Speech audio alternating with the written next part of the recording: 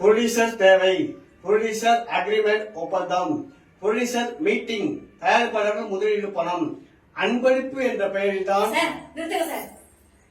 Director AM Chandru வந்து பார்வையில்லாத எங்களை வச்சு படம் எடுக்கிறன்னு சொல்லிட்டு பணம் சம்பாதிச்சுட்டு ஏமாத்துறாரு நான் சொல்றேன். நீங்க என்ன சொல்றீங்க? அவர் உங்களை என்னமா ஏமாத்தினாரு? எப்படி சார் அதை நம்புறது? நானு பார்வையிட்ட மக்கள் ஏற்கனவே எல்லாம் ஏமாந்து போய் தான் இருக்கோம். ஒவ்வொருத்தர் டைரக்டர் வர்றாங்க, இப்படி பணம் சம்பாதிச்சு அவங்க சுயநலத்துக்கு தான் யூஸ் பண்றாங்க. எங்களுக்குன்னு எதுவும் செஞ்சது இல்லை சார் இன்ன வரைக்கும். டைரக்டர் சந்திர இருக்கார்ல, நல்ல மனுஷமா. இது தன்னோட சம்பளத்துல பாதிய வாழ்நாள் ஃபுல்லா நம்ம பார்வையற்றவங்களுக்காக தியாகம் பண்றாரு. நல்ல மனுஷமாகுது. எப்படி சார் நாங்க அதை நம்புறது? படம் இருக்கிற ஒவ்வொரு டேரக்டரா கிளம்பி வந்துடுறீங்க. ஏன்னா கண்ணு தெரியாதவங்களை வச்சாதான் நீங்க எல்லாம் சம்பாதிக்க முடியும். கண்ணு தெரிஞ்சவங்களை வச்சு நீங்க சம்பாதிக்க முடியாது. ஏன்னா எங்களை தானே ஈஸியா ஏமாத்திட்டு போக முடியும். அதை செய்யறேன் இதை செய்யறேன்னு சொல்லி கண்ணு தெரியாம மனசுல ஆசையை வட்டு விட்டு போயிருங்க. போங்க, நீங்க எல்லாம் கிளம்பி வந்துட்டீங்க. நிப்பாட்டுமா.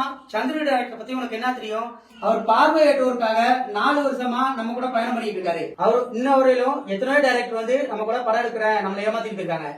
சந்திர மாதிரி நான் இன்னவரையிலும் நல்ல ஒரு டைரக்டரை பார்த்ததே கிடையாது. அவர் ஒவ்வொரு விஷயத்துக்கும் ஒவ்வொரு பார்வையற்றோருக்கும் ஓடி ஓடி வந்து அவர் உதவி செய்வாரு, வேலை செய்வாரு. இப்ப நான் ஒரு வேலைன்னு கூப்பிட்டேன்னு வச்சுக்கோங்க, அசோசியேஷன்ல ஒரு வேலை இருக்கு அப்படின்னா அடுத்த நிமிஷம் அவர் தான் ஃபர்ஸ்ட் ஆளா நிப்பாரு நமக்கு முன்னாடி. பார்வையற்றோருக்கு ஒவ்வொரு போராட்டமா இருக்கட்டும், ஒவ்வொரு ஒரு இடம் வாங்குறதா இருக்கட்டும், ஒரு மீட்டிங்கா இருக்கட்டும், அவர் தான் ஃபர்ஸ்ட் ஆளா ஓடி வந்து நமக்கு உதவி செய்யறாரு. இந்த மாட்டம் ஒரு டைரக்டரை யாராவது பிளைண்ட் பார்த்தேன்னு சொல்லுங்க, நான் ஏத்துக்கிறேன். சந்திர மாட்டம் ஒரு மாமனிதனை அண்ணவர்களும் பார்த்ததே இல்ல. போங்க, நீங்களும் உங்க மீட்டிங்க டைரக்ட் வந்துட்டாரா? நான் போய் சோறா குழம்பு வைக்க போறேன்.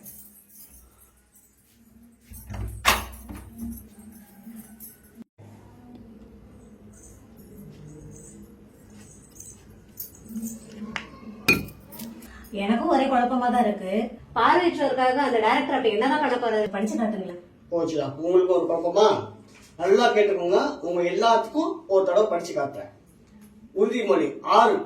இந்திய சினிமாவில் சம்பாதிக்கும் சம்பளம் 1 லட்சமாக இருந்தாலும் 9 கோடி ஆனாலும் சரிபாதி வாழ்நாள் முழுவதும் கண் பார்வை இல்லாதவர்களுக்கும் இயக்குனர் சங்கத்திற்கும் என்னுடைய ப்ரொடியூசர்களுக்கும் தருவேன். கதை, திரைக்கதை, வசனம், இயக்கம், தயாரிப்பு ஏஎம் சந்துரு. புரிஞ்சுதா எல்லாத்துக்கும்?